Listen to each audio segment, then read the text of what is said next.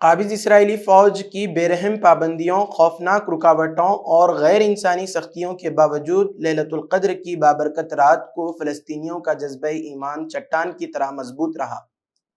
ظلم کی دیواریں کھڑی کی گئیں، راستے بند کر دیے گئے، نوجوانوں کو گرفتار کر لیا گیا، مگر پھر بھی ہزاروں فلسطینی اپنی جانیں ہتھیلی پر رکھ کر ہر خطرے کو خاطر میں نہ لاتے ہوئے قبلہ اول کی طرف بڑھتے رہے۔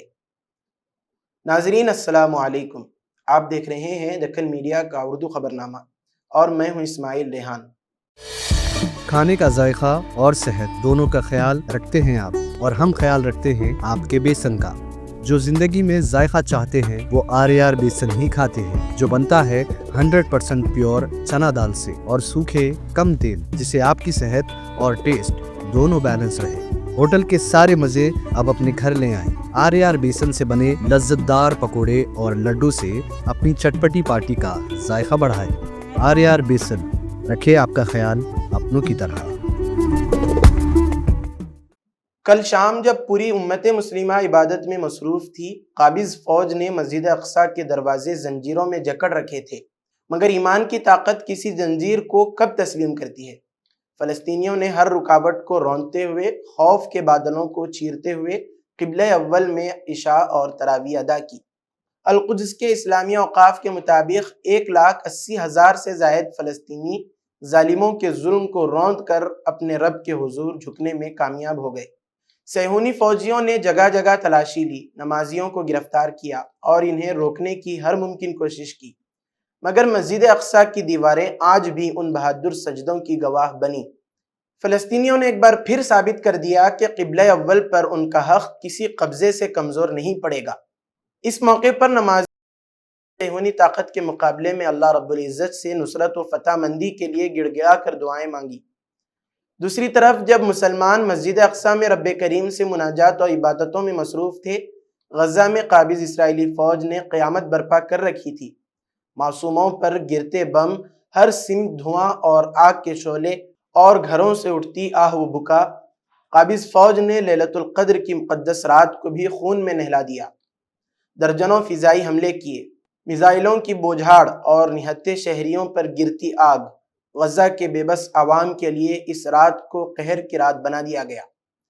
اطلاعات کے مطابق قابض فوج نے حماس کے ترجمان عبداللطیف القنو کے گھر پر بمباری کر کے انہیں ان کے اہل خانہ سمیت شہید کر دیا۔ الصفوی علاقے میں الغرباوی خاندان کے 6 افراد شہید کر دیے گئے۔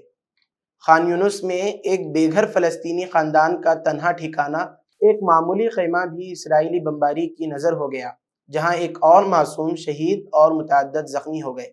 القدس اوپن یونیورسٹی کے قریب ایک اور گھر کو ملبے میں بدل دیا گیا، جہاں سے مزید لاشیں نکالی گئیں۔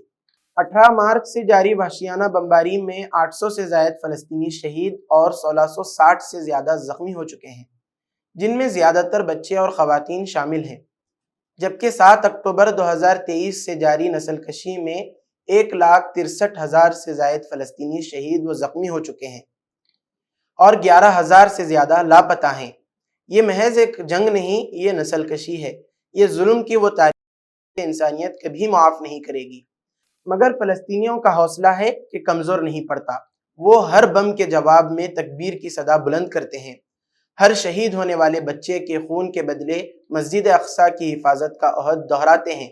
شخصیت کے ساتھ کرو وفا، آ جاؤ صفا گارمنٹس۔ رمضان کا چاند نظر آتے ہی نئے کپڑوں کی تلاش شروع ہو جاتی ہے۔ صفا گارمنٹس لایا ہے رمضان کے لیے بہترین کلیکشن، جس میں ملے گا آپ کو سٹائل، کمفرٹ اور افورڈیبلٹی کا پرفیکٹ کمبینیشن۔ فینسی کرتا سٹارٹنگ فرام 700، بچوں کے لیے کرتا سٹارٹنگ فرام 600، عربی توپ سٹارٹنگ فرام 1200، صدری سٹارٹس فرام 900، بچوں کے لیے صدری سٹارٹس فرام 600۔ امپورٹڈ فیبرک، سب سے بہترین quality. Ramzan special offer, men's kurta pajama اور پٹھانی کے فیبرک کی خریداری پر flat 30% off. Ramzan special white kurta pajama starting from ₹750۔ Ready made designer kurtas and imported embroidery Pathani پر فلیٹ 25% آف۔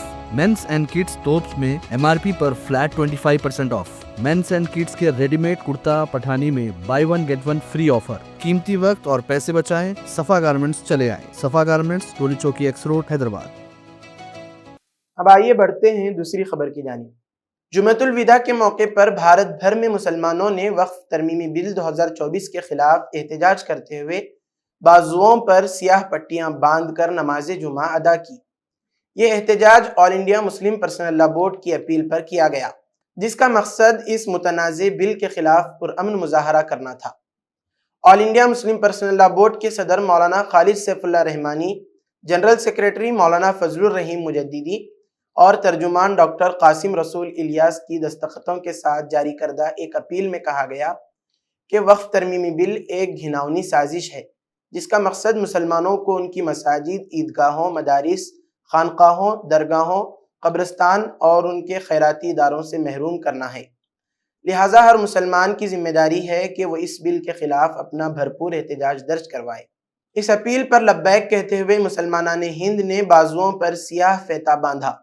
کئی مساجد میں خطیب حضرات نے جمعۃ الوداع کے موقع پر رمضان کے پیغام کے ساتھ ساتھ وقف ایکٹ کے پس پردہ گھناؤنی سازش اور اسلام اور مسلمانوں کے خلاف جاری سازشوں کے تعلق سے بیداری پیدا کی۔ قبل ازیں ریاست بہار کی اسمبلی میں بھی اس بل کے خلاف شدید احتجاج دیکھنے میں آیا۔ حزب اختلاف کے ارکان نے وقفہ سوالات کے دوران کرسیاں اٹھا کر احتجاج کیا، جس سے ایوان میں ہنگامہ آرائی کی صورتحال پیدا ہو گئی۔ اسپیکر نند کشور یادو کی مداخلت کے باوجود احتجاج جاری رہا اور ارکان نعرے بازی کرتے رہے۔ اسی طرح آندھرا پردیش میں مسلم تنظیموں نے ریاست کے وزیر اعلیٰ این چندرا بابو نائیڈو کی افطار پارٹی کا بائیکاٹ کیا۔ وجے واڑہ کنونشن سینٹر میں منعقدہ اس افطار ڈنر میں مسلم رہنماؤں، سرکردہ شخصیات اور مختلف مذہبی اسکالرز نے شرکت سے گریز کیا تاکہ وقف ترمیمی بل کے خلاف اپنا احتجاج درج کرا سکیں۔ ملک کے مختلف حصوں میں بھی احتجاجی مظاہرے منعقد کیے جا رہے ہیں۔ مثال کے طور پر وجے واڑہ میں 29 مارچ 2025 کو ایک بڑے احتجاج کی تیاری کی جا رہی ہے، جس کا مقصد اس متنازع بل کے خلاف آواز بلند کرنا ہے۔ مسلمانوں کی جانب سے اس بل کو اپنی مذہبی آزادی اور ورثے پر حملہ تصور کیا جا رہا ہے اور وہ اس کے خلاف متحد ہو کر احتجاج کر رہے ہیں۔ آل انڈیا مسلم پرسنل لا بورڈ اور دیگر مسلم تنظیموں کا مطالبہ ہے کہ حکومت اس بل کو فوری طور پر واپس لے اور مسلمانوں کے مذہبی حقوق کا احترام کرے۔ اب آئیے بڑھتے ہیں تیسری اور آخری خبر کی جانب۔ انڈین انسٹیٹیوٹ آف ٹیکنالوجی یعنی IIT حیدرآباد میں منعقدہ ایک خصوصی دعوت افطار سے خطاب کرتے ہوئے امیر حلقہ جماعت اسلامی ہند تلنگانہ ڈاکٹر خالد مبشر الظفر نے افطار کی اہمیت، روزے کے فلسفے اور اس کے روحانی و سماجی پہلوؤں پر روشنی ڈالی۔ انہوں نے شرکاء کو رمضان المبارک کے مقدس مہینے کی فضیلت سے آگاہ کرتے ہوئے کہا کہ یہ مہینہ صرف عبادت کا نہیں بلکہ خود احتسابی، ایثار اور قربانی کا بھی ہوتا ہے۔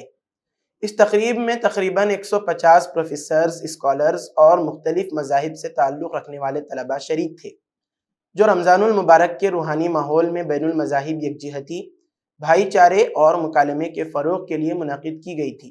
ڈاکٹر خالد ظفر نے وضاحت کی کہ روزہ صرف کھانے پینے سے پرہیز کا نام نہیں، بلکہ اس کا اصل مقصد صبر، تقوی اور ضبط نفس پیدا کرنا ہے۔ قرآن مجید میں ارشاد ہے کہ اے ایمان والو، تم پر روزے فرض کیے گئے جیسے تم سے پہلے لوگوں پر فرض کیے گئے تھے تاکہ تم تقوی اختیار کرو۔ امیر حلقہ جماعت اسلامی ہند تلنگانہ نے روزے کے ذریعے بھوک پر قابو پانے کے فلسفے کی وضاحت کرتے ہوئے کہا کہ جب انسان اپنی بنیادی ضروریات کو محدود کر لیتا ہے تو اس میں نظم و ضبط، ہمدردی اور شکر گزاری کے جذبات پیدا ہوتے ہیں۔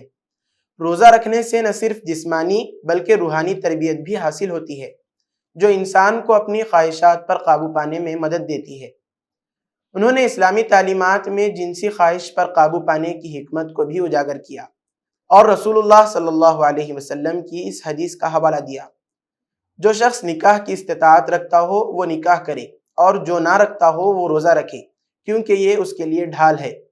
اس سے ظاہر ہوتا ہے کہ روزہ نہ صرف جسمانی پاکیزگی بلکہ اخلاقی اور روحانی تزکیے کا بھی ذریعہ ہے۔ ڈاکٹر خالد مبشر الظفر نے اس بات پر زور دیا کہ روزے کا مقصد صرف کھانے پینے سے رک جانا نہیں، بلکہ یہ ایک وسیع تر روحانی سفر ہے جو انسان کو اپنی ذات سے اوپر اٹھنے اور قرب الہی کے حصول کی طرف مائل کرتا ہے۔ انہوں نے کہا کہ روزہ صرف اسلام کا خاصہ نہیں بلکہ یہ روایت عیسائیت، یہودیت اور ہندو مت میں بھی موجود ہے۔ ان تمام مذاہب میں روزے کا مقصد نفس کی پاکی اور نفسانی خواہشات پر کنٹرول کرتے ہوئے روح کی آبیاری کرنا ہے۔ اس طرح یہ ایک ایسا عمل ہے جو انسانیت کو جوڑنے اور روحانی بیداری پیدا کرتا ہے۔ آخر میں انہوں نے کہا کہ رمضان محبت، بھائی چارے اور خیر خواہی کا مہینہ ہے، اور افطار کے موقع پر ہم سب ایک ساتھ بیٹھ کر کھانے کے ذریعے اس یکجہتی اور بین المذاہب ہم آہنگی کی علامت بن سکتے ہیں۔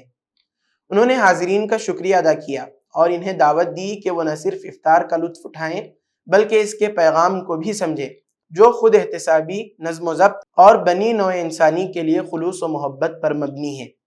اسی کے ساتھ آج کی خبروں کا اختتام ہوتا ہے۔ کل پھر ہوگی ملاقات نئی خبروں کے ساتھ۔ دیجیے اجازت۔ اللہ حافظ۔